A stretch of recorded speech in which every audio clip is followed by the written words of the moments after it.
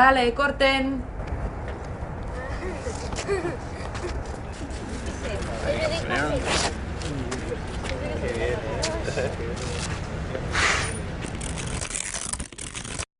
Esto es solo una demostración. En la vida real las situaciones pueden provocar estrés, miedo y riesgos. Por eso es esencial mantener la calma y actuar con seguridad si se quiere ayudar en la recuperación de la víctima. En este manual explicaremos algunos de los procedimientos de primeros auxilios. De todas formas, se recomienda que antes de aplicar las maniobras más complicadas se practiquen con la ayuda de expertos. Los primeros auxilios abarcan tanto la prevención de accidentes como la asistencia a un accidentado o enfermo agudo. Las reglas de oro son no causar más daño y actuar con el principio de riesgo calculado. Por lo tanto, siempre es mejor hacer solo lo que se está seguro que se sabe hacer bien. Aunque se haga todo lo posible por mejorar la situación y se actúe correctamente, los primeros auxilios no son una garantía de éxito. Por lo tanto, siempre se tendrán que activar los sistemas de ayuda. La legislación reconoce responsabilidades legales en la prestación de auxilio. Esto quiere decir que ante una persona desamparada y en peligro grave es obligatorio pedir auxilio, es decir, llamar a los servicios de emergencia. Si se puede socorrer, tiene que ser sin riesgo propio de la víctima o de terceros. Por lo tanto, si existe cualquier peligro, no se está obligado a intervenir directamente. Si durante la atención de auxilio se causa algún daño porque se hace algo mal o por omisión, se tienen que asumir las responsabilidades legales. Volvemos a la premisa básica de no causar más daño y actuar solo cuando se está seguro de lo que se tiene que hacer.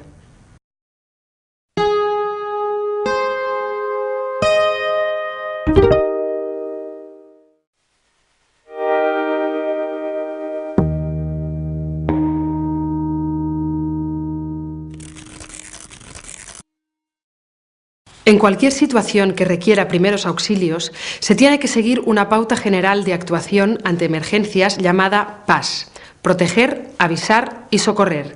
3 acciones a aplicar una después de la otra por este orden.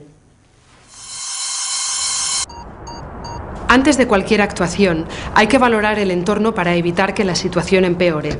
Así que se tienen que tomar medidas tanto de autoprotección como de protección para la víctima y para terceros.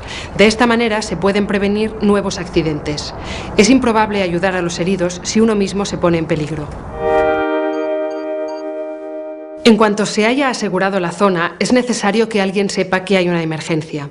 Para activar el sistema de asistencia sanitaria urgente hay que llamar al teléfono gratuito 112 que funciona para emergencias en toda Europa. Puede llamar la persona que presta la ayuda sanitaria o cualquier otra. Quien llame tiene que conocer los datos que debe facilitar. Se le pedirá que vuelva después de la llamada para confirmar que la ayuda está en camino. Durante la llamada al 112 es preferible dar el máximo número de datos posible. Es muy importante la localización exacta de los hechos. Si se está en una población, se tiene que facilitar la dirección, y si se está en la carretera, hay que decir el nombre de la vía, el kilómetro y el sentido. Si no se tiene toda la información, se dan puntos de referencia visual. Igualmente, se informa del número de personas involucradas y, si es posible, el tipo de lesión y síntoma que presenta. También se avisa si alguna de ellas presenta una disminución física o psíquica o si hay alguna embarazada o niño. Otro dato que se tiene que dar es el tipo y la gravedad de la emergencia y los riesgos que conlleva, como podría ser un incendio, productos peligrosos, líneas eléctricas dañadas o vehículos que obstaculicen la calzada. Antes de colgar, hay que verificar que se ha recibido bien la información. Harán repetir el mensaje y hay que esperar hasta que la otra persona diga que se puede colgar. El último paso que queda de la pauta general de actuación es el de socorrer a la persona accidentada. Después de asegurar la zona y alertar de la situación, se comunica a la víctima que la ayuda está en camino. Hay que tranquilizar a la víctima aunque no responda y no moverla de sitio a no ser que esté claramente en peligro. En caso de que haya varias víctimas, hay que atender preferentemente a las que presenten paro respiratorio, paro cardíaco o hemorragias graves. Muchas veces el que más grita no es el que está más grave. Después explicaremos cómo se hace una evaluación inicial del estado de las víctimas. La pauta a seguir en cualquier acción de primeros auxilios es muy simple. Establecer medidas de protección y de prevención de nuevos accidentes, activar el sistema de emergencia sanitaria llamando al 112 y atender a la víctima sin causar más daño.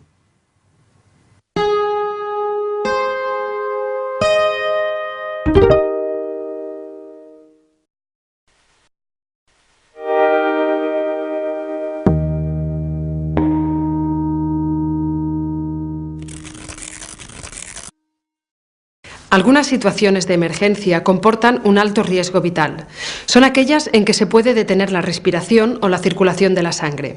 En estos casos, las personas más próximas tienen que actuar de inmediato para garantizar que estas funciones continúen aunque la persona esté inconsciente. Para poder dar soporte vital básico es esencial conocer bien el proceso. Así que si hay alguna maniobra que no se domina, es mejor pedir ayuda directamente. Para saber qué pasos hay que seguir ante una persona en situación de emergencia, existe un protocolo de actuación. Ante todo, se asegura que el lugar de los hechos no sea peligroso ni para quien da auxilio, ni para la persona afectada, ni para terceros. A continuación, se valora el estado de conciencia de la víctima. Para hacerlo, se la estimula hablándole y sacudiéndole los hombros con cuidado. Si la persona responde, aunque parezca confundida, está consciente. Por lo tanto, se le pregunta qué ha pasado y después se mira si hay lesiones que podrían empeorar su estado. No se moverá de sitio si no es imprescindible. Si es necesario, se llama al 112. Si no recibís ninguna respuesta, quiere decir que la persona está inconsciente. En este caso se grita para pedir auxilio. Mientras, se tiene que abrir la vía aérea para poder comprobar si respira y no dejar a la víctima sola. Para abrir la vía aérea, se tiende a la persona inconsciente boca arriba sobre una superficie dura y plana. El cuerpo tiene que estar recto y los brazos estirados. El reanimador se arrodilla a la altura de los hombros, le aguanta la cabeza por la frente y le eleva la barbilla empujando el mentón con 2 dedos. Si se ve algún objeto que pueda obstruir la respiración y es fácil de extraer, se saca, no se busca más a fondo. Para comprobar la respiración, se mira si el tórax se eleva y se acerca la mejilla a la boca. Se comprueba si se nota el aliento y se escucha si respira, durante no más de 10 segundos. Si vemos que la persona respira, se coloca en la posición lateral de seguridad siempre que se pueda. De esta manera se evita que alguien que está inconsciente se atragante o aspire el propio vómito. Para colocar a alguien en posición lateral de seguridad, hace falta arrodillarse a su lado y sacarle las gafas o los objetos grandes que lleve en los bolsillos. Se le estiran las piernas y se le pone el brazo más próximo en ángulo recto con el cuerpo. Se le dobla el codo y se le coloca la palma de la mano mirando hacia arriba. El dorso de la otra mano se le pone en la mejilla contraria y se mantiene en esta posición. Con la mano que queda libre se coge la rodilla de la pierna más alejada y se levanta hasta apoyar toda la planta del pie en el suelo. Manteniendo la posición, se le estira la pierna por encima de la otra, girando todo el cuerpo hacia este lado. La pierna doblada se flexiona en ángulo recto para impedir que el cuerpo se desplace rodando. Para mantener las vías respiratorias abiertas, se inclina la cabeza hacia atrás y se mantiene con la mano que hay debajo de la mejilla. Si todavía no se ha hecho, se llama al 112 y mientras se espera la llegada de la asistencia médica, se vigila si continúa respirando. Si la víctima se queda en esta posición más de media hora, se gira sobre la espalda y se coloca sobre el lado opuesto. Y ahora volvemos al protocolo de actuación. Si acabamos de ver qué hay que hacer cuando la persona respira, ahora veremos cómo proceder cuando no respira normalmente. En este caso, hace falta que alguien alerte al 112 y deje claro que se trata de una víctima inconsciente y que no respira. Si no hay nadie más, llama a uno mismo, aunque ahora se deje sola a la víctima. Después se empieza la reanimación para mantener en activo tanto la respiración como la circulación de la sangre. La reanimación cardiopulmonar en el adulto empieza por las compresiones torácicas. Se coloca el talón de una mano en el centro del pecho y el talón de la otra mano encima de la primera. Se entrecruzan los dedos para no presionar las costillas, teniendo cuidado de no aplicar presión ni en la parte superior del abdomen ni en el extremo inferior del esternón. Se estiran los brazos sin flexionar los codos, procurando que los hombros queden encima del pecho de la víctima. Se comprime el esternón de 3,5 a 5 centímetros de profundidad. Después de cada compresión, se libera la presión del tórax sin perder el contacto entre las manos y el cuerpo. Y se repite este movimiento 30 veces a un ritmo de unos 100 golpes por minuto, intentando poner el mismo énfasis tanto en las compresiones como en las descompresiones. Después de 30 compresiones torácicas, se pasa a la respiración artificial. Se vuelve a abrir la vía aérea y con la mano que aguanta la frente se pinza bien la nariz de la víctima. Se le mantiene la barbilla arriba para que se abra la boca. Se inspira aire y con los labios se sella la boca de la víctima. En casos especiales, la respiración artificial podrá ser de boca-nariz o de boca-estoma. Se insufla aire a un ritmo constante durante un segundo mientras se mira si se eleva el pecho. Si el aire no entra en los pulmones, asegúrese de que se están abriendo bien las vías respiratorias. Si aún continúa el problema, se mira la boca y se extraen los posibles cuerpos extraños si son accesibles. Manteniendo la posición de la cabeza de la víctima, se retira la boca y se despinza la nariz para dejar salir el aire. Se tiene que ver cómo el tórax desciende. Para continuar con la reanimación, se hace otra insuflación y se continúan haciendo secuencias de 30 compresiones y 2 ventilaciones hasta que llegue la ayuda médica o hasta que la persona recupere la respiración espontánea. Si no se puede o no se quiere hacer ventilaciones, se hacen solo compresiones torácicas, 100 por minuto. Solo para acabar os explicaremos algunas excepciones en las que esta maniobra tiene alguna variación. En lactantes y niños, antes de las compresiones torácicas, se recomienda hacer 5 respiraciones. Si no hay respuesta, se pasa a las compresiones. Si estamos solos, haremos 1 minuto de reanimación antes de pedir ayuda. Para hacer las compresiones a un lactante se utiliza la punta de los 2 dedos. Se presiona el centro del tórax evitando tocar el extremo del esternón, las costillas o el abdomen. En los niños a partir de 1 año, la compresión se hace con la base de la mano sobre el tórax y solo si el niño es mayor se hace como en un adulto. De todos modos, si no sabemos hacerlo, aplicaremos el protocolo del adulto adecuando la respiración y la fuerza de las compresiones al tamaño del niño. El protocolo de actuación ante una emergencia es siempre el mismo. Se asegura la zona para prevenir riesgos. Se comprueba si la víctima está consciente. Si está consciente, se actúa según qué le haya pasado y si hace falta se pide ayuda. Si está inconsciente, se grita para pedir ayuda. Después se le abren las vías aéreas. Se comprueba si respira con normalidad. Si respira bien, se coloca en posición lateral de seguridad. Si no respira, hay que asegurarse que se ha alertado al 112 antes de empezar con las maniobras de reanimación, que se mantendrán mientras no llega la ayuda.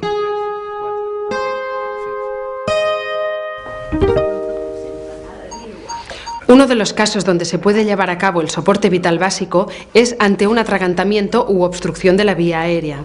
Ello suele pasar en situaciones tan habituales como en una comida o en un juego infantil, cuando pequeños objetos o alimentos entran en las vías respiratorias. Ante este caso, es primordial ver si la persona tose o puede hablar, es decir, ver si hay un mínimo paso de aire. En caso de que así sea, hay que animar y favorecer a que continúe tosiendo para que la obstrucción desaparezca por sí sola. Es muy importante no dar golpes en la espalda de la persona que está de pie, porque podrían mover el cuerpo extraño y obstruir del todo las vías respiratorias. Si la víctima no puede toser ni hablar, la obstrucción es completa. En este caso, la víctima puede hacer el gesto reflejo de llevarse las manos al cuello. Si en poco tiempo no recupera la respiración, la víctima caerá inconsciente al suelo. Si la víctima no tose, hay que actuar de inmediato y gritar para pedir ayuda. Después, desde un lado y un poco detrás de ella, se le sostiene el pecho con una mano y se la ayuda a inclinarse hacia adelante. Con la otra mano se dan hasta 5 palmadas fuertes en la espalda entre las escápulas, o menos golpes si el objeto se expulsa antes. Se revisa la boca y se retira cualquier estorbo que se vea. Si la obstrucción perdura, se hacen las compresiones abdominales. Se rodea a la víctima desde atrás. Se cierra una mano en forma de puño y se coloca el nudillo del pulgar 4 dedos por encima del ombligo. Se coge el puño con la otra mano y se presiona fuerte hacia adentro y arriba, hacia los pulmones. Se disminuye la presión sin perder la posición del puño y se repite en ciclos de 5 veces. Si continúa la obstrucción, se alternan las 2 maniobras, 5 palmadas y 5 compresiones. Si aún así no mejora, es necesario llamar al 112 y prepararse por si hay que hacer la reanimación cardiopulmonar. Si las compresiones y las palmadas no han funcionado, puede ser que la víctima caiga inconsciente al suelo. Este caso ya lo hemos visto en el apartado anterior. Recordad que hace falta abrir la vía aérea y comprobar si respira. Si no es así, se realiza la reanimación cardiopulmonar hasta que recupere la respiración espontánea o hasta que llegue el equipo de emergencias. Hay situaciones en que la maniobra de compresiones abdominales puede variar. Los lactantes o menores de 1 año se colocan en el antebrazo con la cabeza más abajo que el cuerpo y aguantándoles la barbilla para mantener la boca abierta. Con la otra mano se dan hasta 5 golpes entre los omóplatos. Si no expulsan el cuerpo extraño, hace falta darles la vuelta y sostenerles el cuello con la mano mientras con la otra mano se aplican 5 compresiones torácicas. Si la obstrucción no mejora, se llama al 112 y se continúa la maniobra mientras no llega la ayuda. Un atragantamiento se suele solucionar tosiendo, así que si el atragantado tose, se le anima a que continúe haciéndolo, sobre todo sin darle ningún golpe si está de pie. Si no tose ni habla, se mira su estado de conciencia y se pide ayuda. Si la persona está consciente, se le dan hasta 5 palmadas en la espalda entre las escápulas y 5 compresiones en el abdomen. Se repite hasta que se expulse el cuerpo extraño que obstruía las vías aéreas. Si la persona se encuentra inconsciente, se empieza la reanimación cardiopulmonar hasta que respire, hasta que llegue la ayuda médica o hasta que estemos agotados.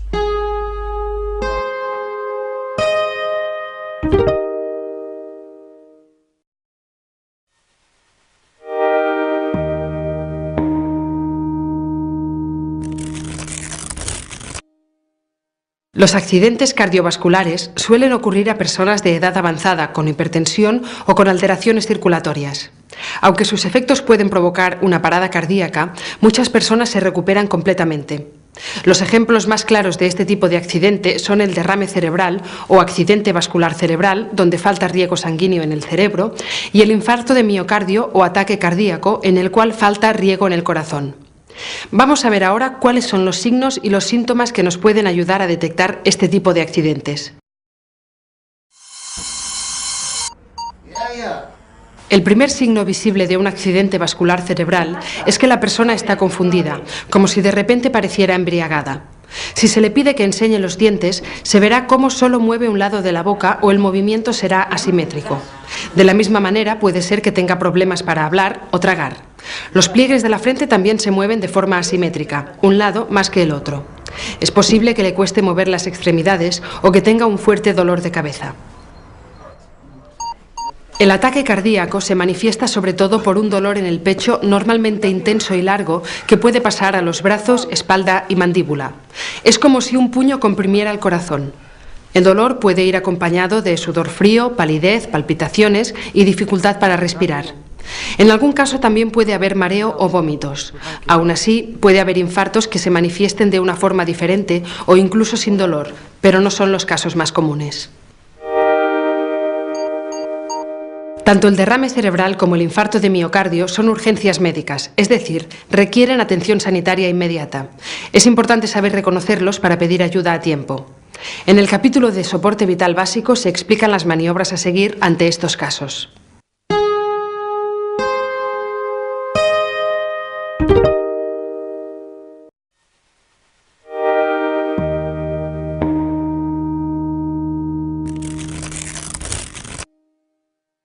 A veces la actividad física intensa nos deja sin aliento, como si no pudiéramos respirar profundamente.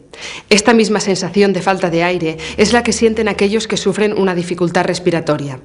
Este síndrome suele ser fruto de reacciones alérgicas o problemas de salud como la neumonía, la bronquitis aguda, el asma, la insuficiencia cardíaca o el ataque cardíaco.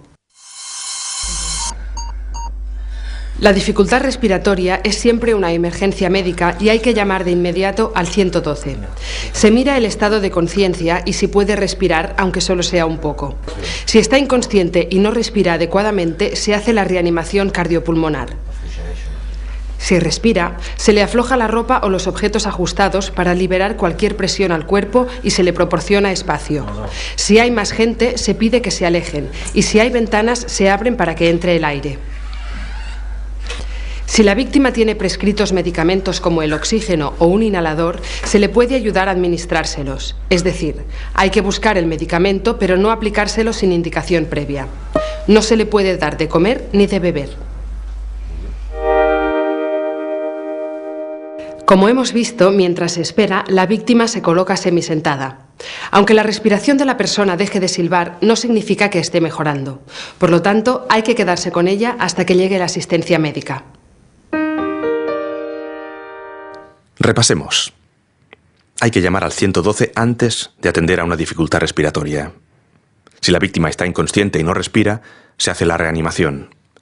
Si respira y está consciente, se le aflojan posibles presiones y se airea el espacio de los alrededores.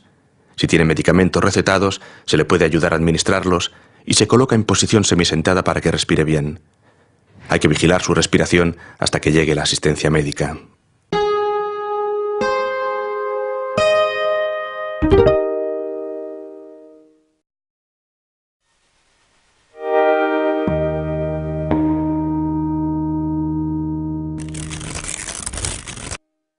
Las convulsiones son contracciones involuntarias y repetitivas de los músculos. Las causas pueden ser varias: bajada de azúcar, lesiones cerebrales, algunas enfermedades como la epilepsia o la ingestión de ciertos tóxicos. En niños, la causa puede ser la fiebre. Estos ataques son repentinos y alarmantes y alteran el estado de conciencia de la persona que convulsiona. Durante un ataque con convulsiones, lo principal es evitar que la persona que lo sufre se haga daño. Es recomendable recordar o anotar la hora en la que empieza el ataque. Si se prevé la pérdida de conciencia, se intenta suavizar la caída. Cuando la persona está en el suelo, se desaloja el espacio de alrededor de objetos peligrosos y de testigos. No se la tiene que mover, salvo peligro inminente.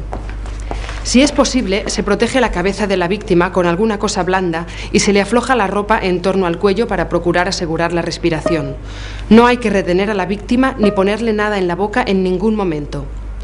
Después de la crisis, se abre la vía aérea y se comprueba la respiración. Si respira, se coloca en la posición lateral de seguridad y mientras se recupera, se anota la duración del ataque y se permanece a su lado. Cuando los niños de hasta 5 años tienen fiebre alta, pueden sufrir convulsiones. Son las llamadas convulsiones febriles, que se tratan igual que en los adultos. La diferencia es que una vez pasada la crisis, hay que seguir con los primeros auxilios. Después de las convulsiones febriles, hay que prevenir el aumento de temperatura corporal y, si se puede, rebajarla. Se moja al niño con paños, mojados con agua tibia y no fría, ya que la fría podría empeorar la situación. Si el pediatra le ha asignado algún tratamiento, hay que continuar administrándoselo. En algunos casos, después de una crisis con convulsiones, habrá que llamar al 112. Estas situaciones son las siguientes: cuando la víctima queda inconsciente más de 10 minutos. Si después de 5 minutos las convulsiones no se detienen.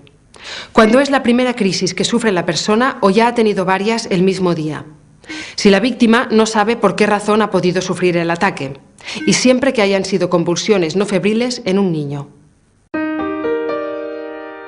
Ante un ataque de convulsiones, es importante anotar los tiempos de duración para saber si hay que llamar al 112. Si se presencia la caída, se intenta suavizar y se despeja el espacio del entorno. Si se puede, se protege la cabeza y se aflojan las piezas de alrededor del cuello. Después del ataque, se coloca en posición lateral de seguridad y cuando recupere la conciencia, se controla su estado. Si son convulsiones febriles, hay que bajar la temperatura en agua tibia, no fría.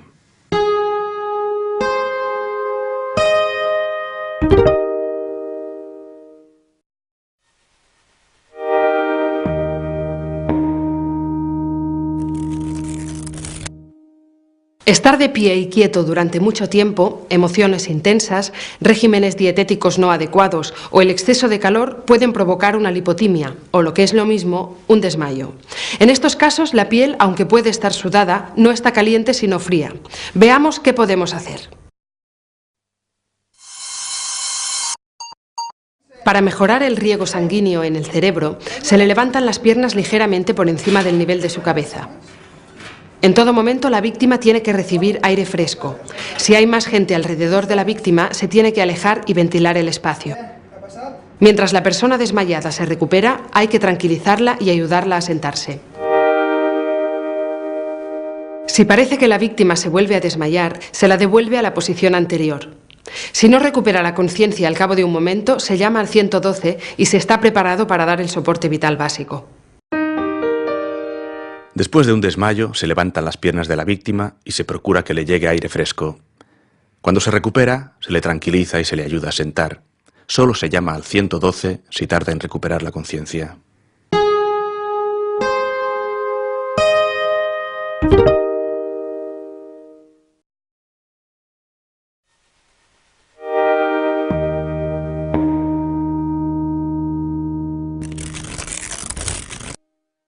Uno de los accidentes que casi todos hemos sufrido son las heridas, ya sea en forma de rasguños, cortes o contusiones. Estas lesiones son tan habituales porque la piel es la primera barrera de defensa del cuerpo y se puede dañar en situaciones muy diversas. Cuando la herida está abierta es fácil que se infecte si no se cura bien. Suele ir acompañada de hemorragia, es decir, de pérdida de sangre y otros fluidos del cuerpo. En cortes o rasguños es primordial intentar que no se infecten. Ante todo se lavan las manos y si se tienen guantes de un solo uso, se utilizan. Si hay hemorragia se controla como se explica en el apartado siguiente. Si la herida está sucia, se pone bajo el agua corriente para limpiarla. Se seca con una gasa y se cubre con una gasa estéril. Se limpia la zona de los alrededores de la herida con agua y jabón. Después se seca y si hace falta, se pone un apósito. Si la persona afectada no se ha vacunado nunca, no está segura de las dosis que ha recibido o hace más de 10 años de la última vacuna, es mejor que vaya a un centro sanitario para ver si le hace falta la vacuna del tétanos. También se tiene que ir al centro sanitario si la hemorragia no se detiene, si tiene algún cuerpo extraño incrustado, si ha sido a consecuencia de un mordisco o si se ha infectado. Un corte o un rasguño se tiene que tratar con las manos bien limpias o guantes de un solo uso. Se controla la hemorragia. Se lava la herida solo con agua. Después se limpia los alrededores con jabón y se cubre con un apósito.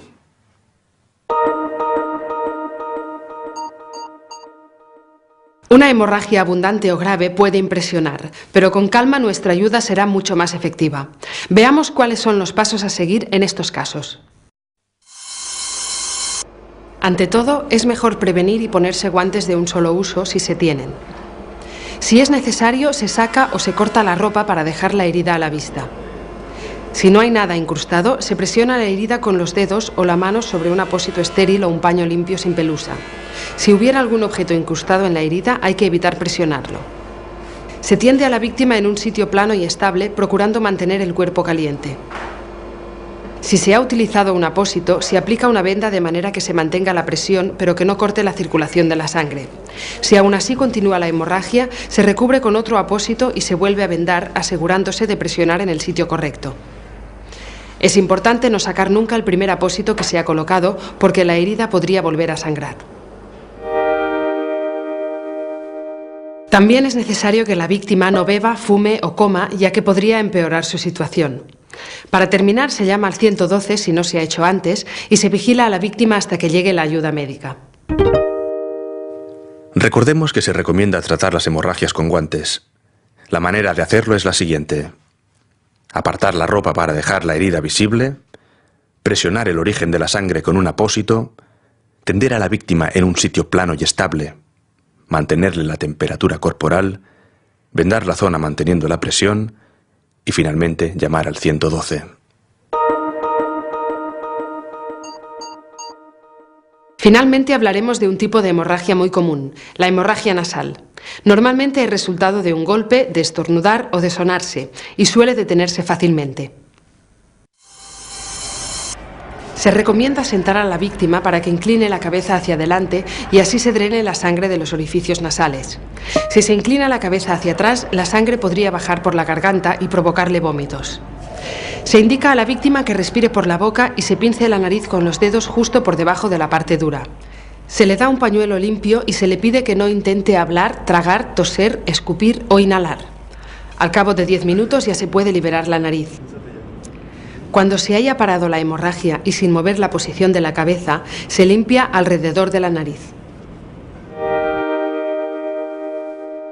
Para terminar, se avisa a la víctima que tendrá que quedarse quieta durante un par de horas. Para evitar que la hemorragia se repita, se le recomienda no hacer esfuerzos ni sonarse la nariz. Así pues, tal como hemos visto, la hemorragia nasal se trata así. inclinando la cabeza adelante y no hacia atrás, presionando la nariz con los dedos. Se despinza después de 10 minutos. Se limpia el contorno de la nariz y se recomienda a la víctima que se quede quieta un par de horas.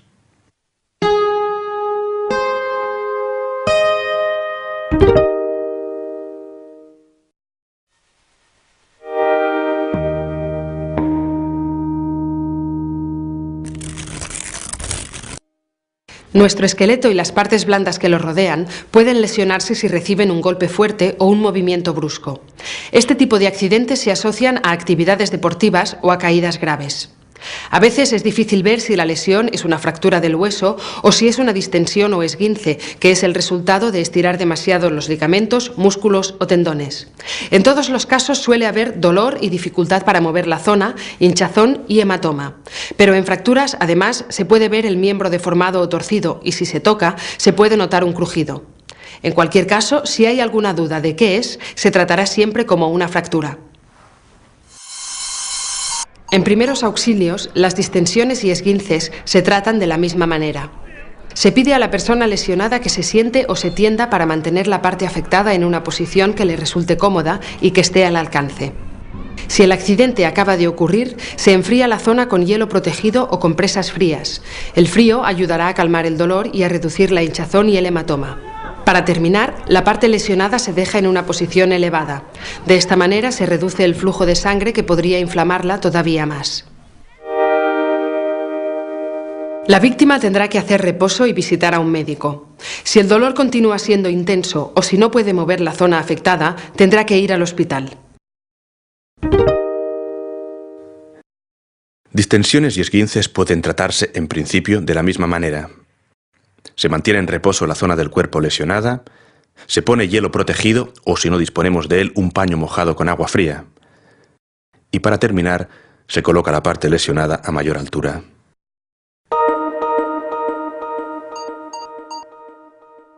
Otro de los traumatismos con los que nos podemos encontrar es la fractura. Cuando es el hueso y no el músculo el que se rompe o se fisura, el objetivo principal es inmovilizarlo y conseguir el traslado al hospital. Hasta que la lesión no esté inmovilizada, no se podrá mover a la víctima de sitio, excepto en caso de peligro. Por lo tanto, se pide a la víctima que no se mueva y se le aguanta la parte lesionada con las manos por encima y por debajo de la fractura. Para mantener la parte del cuerpo inmóvil, se venda a otra parte que no esté dañada. Por ejemplo, si es el brazo, se sujeta al tronco y si es una pierna, se sujeta a la otra pierna. Si se ve que el traslado será inminente, no hay que vendar nada y solamente se intenta mantener el cuerpo quieto. Como es posible que después anestesien a la persona lesionada, no se le puede permitir que coma, ni beba, ni fume.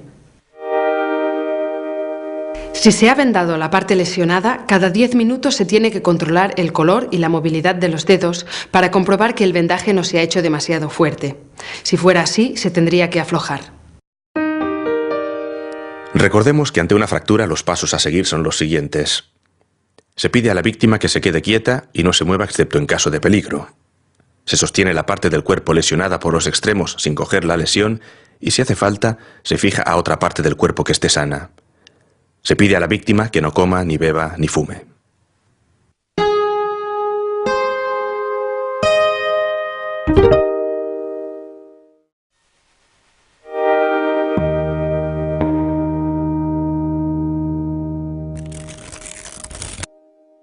El frío intenso o el calor extremo son factores medioambientales que pueden causar lesiones.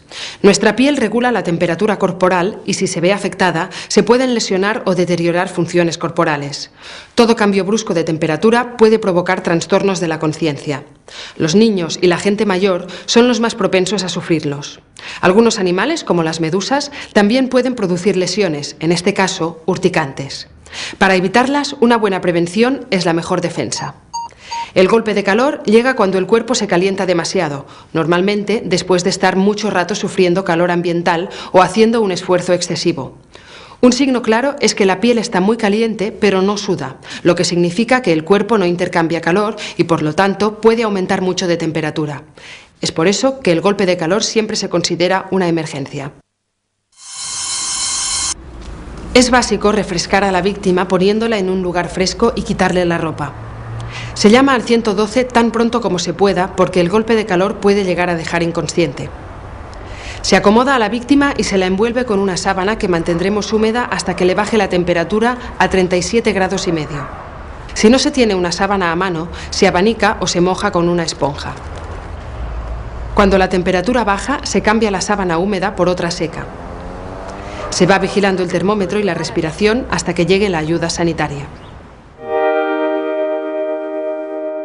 Si la temperatura vuelve a subir, se repite la acción y si la víctima pierde el conocimiento y la respiración, se dispone a la reanimación cardiopulmonar. Después de un golpe de calor, es esencial llevar a la víctima a un sitio fresco y llamar al 112. Se acomoda y se cubre con una sábana que mantendremos fría y mojada. Cuando la temperatura se normalice, se cambia la sábana mojada por otra seca y se vigilan las condiciones de la víctima hasta que llegue la ayuda médica. Para acabar con los trastornos medioambientales, vamos hacia el mar, donde hay que prestar atención a los avisos y a las banderas de la playa. Si al salir del agua se siente un dolor intenso en una zona que está enrojecida e inflamada, es probable que se trate de una picadura de medusa. Para tratarla, se lava la piel con agua salada para sacar posibles restos de hilos urticantes. Es importante hacerlo con agua salada, porque si se hiciera con agua dulce, se aumentaría el dolor. También puede ir bien vinagre o zumo de limón, que se aplica después sobre la parte lesionada y se deja actuar unos minutos. Finalmente, para aliviar el picor, se colocan compresas frías. Si la lesión es extensa, cerca de orificios naturales o en la cara, hay que acudir a un centro médico. Conclusión. Las picaduras de medusa se lavan con agua salada. Después se pone vinagre o zumo de limón y se aplican compresas frescas para aliviar el dolor. Si la reacción urticante es grave, hay que acudir a un centro médico.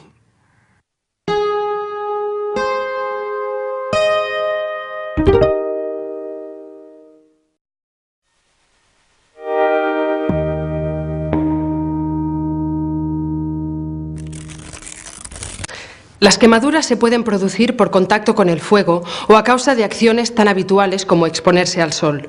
También nos podemos quemar con líquidos hirviendo, con vapor, con productos químicos o con la corriente eléctrica. La gravedad y la profundidad de la quemadura dependerán de la fuente de calor y del tiempo que ha estado en contacto con la piel. Veamos lo que tenemos que hacer en estos casos para tratar la lesión correctamente. En quemaduras térmicas o por calor, en primer lugar hay que asegurar el espacio. Después se acomoda la víctima y se moja la quemadura con agua fresca hasta que pase el dolor. Nunca se deben aplicar pomadas ni cremas, ni tocar la zona o abrir las ampollas, ya que se puede infectar la piel. Antes de que se inflame, se tendrán que quitar joyas, relojes, cinturones o ropa ajustada para que no presione la zona. No se ha de retirar nada que haya quedado adherido en la quemadura o necesite maniobras, porque podría empeorar la situación. Para impedir infecciones, habrá que cubrir la quemadura y el área circundante con gasas estériles. Nunca con vendas adhesivas ni esparadrapo que esté en contacto con la piel, porque podrían empeorar la lesión. Si no se tiene un botiquín a mano, se puede utilizar un paño limpio que no tenga pelusa, intentando que no comprima. En quemaduras leves, cuando se haya tratado la lesión, es conveniente acudir al centro de salud. En el caso de quemaduras graves se llama al 112 mientras se refresca la lesión. Cuando se espera que llegue la ayuda médica, se anotan los detalles de las heridas y el estado de la víctima. Hay que mantener la vía aérea abierta y estar preparado para resolver complicaciones. Así pues, los pasos a seguir son los siguientes. Se enfría la quemadura en agua fresca hasta que pase el dolor. Se retira con cuidado todo aquello que pueda presionar y se cubre con un paño que no tenga pelusa. Si es necesario, se llama al 112 o se acompaña a la víctima al centro de salud. Los productos químicos que se encuentran tanto en la industria como en casa también pueden provocar quemaduras. Estas actúan más lentamente, pero son graves. Por lo tanto, siempre requieren un traslado urgente al hospital. Primero, vamos a ver cómo se puede reconocer si se trata de una quemadura de este tipo. La prueba más visible de que se trata de una quemadura química es el posible resto de productos químicos en torno a la herida. Las quemaduras químicas se reconocen porque provocan un dolor muy agudo e intenso. Después de un rato se empieza a inflamar y a decolorar la zona afectada y aparecen las ampollas. Veamos ahora qué tenemos que hacer ante esta situación. En la mayoría de casos es primordial asegurar la zona, ventilar el aire de gases o retirar el producto químico si se puede. Si hace falta, se traslada a la víctima hacia un sitio seguro donde tratar la quemadura grave. Si el producto derramado es un ácido o un álcali como el salfumán, el clorhídrico, la sosa cáustica o la cal viva, es muy importante no manipular la quemadura. Se puede lavar con agua a chorro para que arrastre el producto y llamar directamente al 112 detallando el químico causante de la quemadura. Hay que mantener la vía aérea libre y estar preparados para hacer las compresiones torácicas. Ahora repasemos. Se reconoce que una quemadura es química si, aparte de un gran dolor, la zona quemada se decolora, se inflama y aparecen ampollas. Pero la prueba más evidente pueden ser los restos de productos químicos. Recordemos que si la causa es un ácido o un álcali, no se debe manipular la quemadura y se tiene que asegurar la zona para evitar males mayores. Hablemos ahora del último tipo de quemadura que trataremos, la eléctrica. Cuando la corriente eléctrica atraviesa el cuerpo, puede producir quemaduras y lesiones internas o incluso un paro cardíaco. La causa puede ser tanto un rayo como la corriente de baja o alta tensión. Veamos cómo detectarlas. Los residuos de color marrón o amarillo en los puntos de entrada y salida de la corriente al cuerpo ayudan a reconocer la quemadura eléctrica. En estos lugares también puede haber quemaduras inflamadas o carbonizadas. La víctima de una descarga eléctrica se podría encontrar inconsciente o con síntomas de shock. Lo que se debe hacer en estos casos es asegurarse de que la víctima no esté en contacto con la corriente. En descargas de alta tensión es prioritario estar seguros de que la corriente se ha desconectado y se ha aislado. Después se tratarán las quemaduras y se procurará un traslado urgente al hospital. En conclusión, las quemaduras eléctricas pueden dejar señales de la entrada y salida de la corriente por el cuerpo y provocar inconsciencia y shock. Sobre todo, antes de tratarlas hay que aislar la corriente eléctrica para protegerse uno mismo.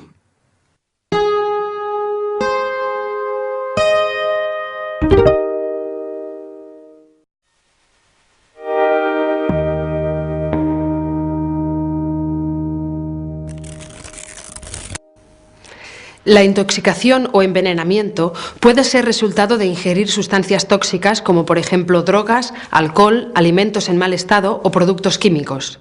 En casa puede haber sustancias que pueden ser tóxicas como la lejía o el disolvente, algunos productos de limpieza o los medicamentos. Por eso es importante alejarlos del alcance de los niños que podrían ingerirlos. La mejor prevención es el cuidado.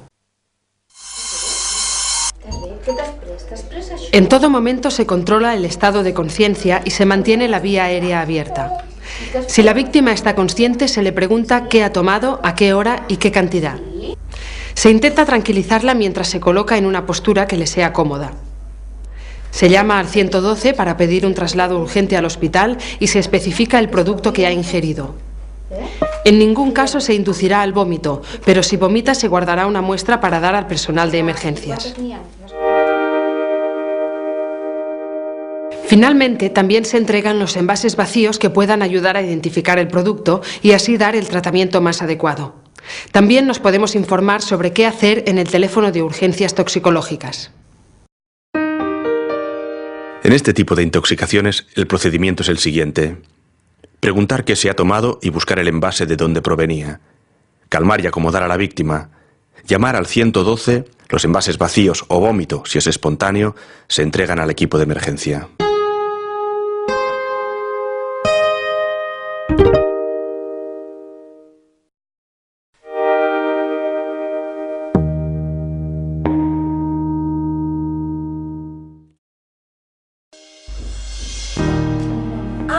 ¡Corte!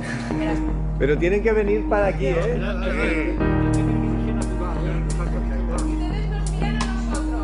Venga. Us veig tot el rato. Sigan caminando un poquito. Hasta que va a aparecer yo un capuchino con la gorra esta. Para. Ara no trobo una mica. Fes el format tot el que sigui. Vale. Mira, aquesta sí que pica. Aquesta sí, aquesta blanca... No l'està mirant. Aquesta no té potetes. Això no és manera de funcionar, no entenc per què no funciona això. Molt bé. Dice, no.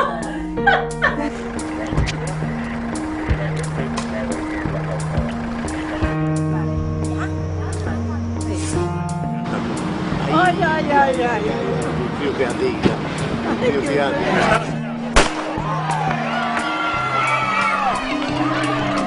Los ojos abiertos. Sí.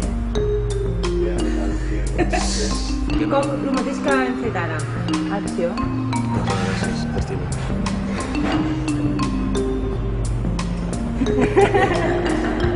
Com es passa?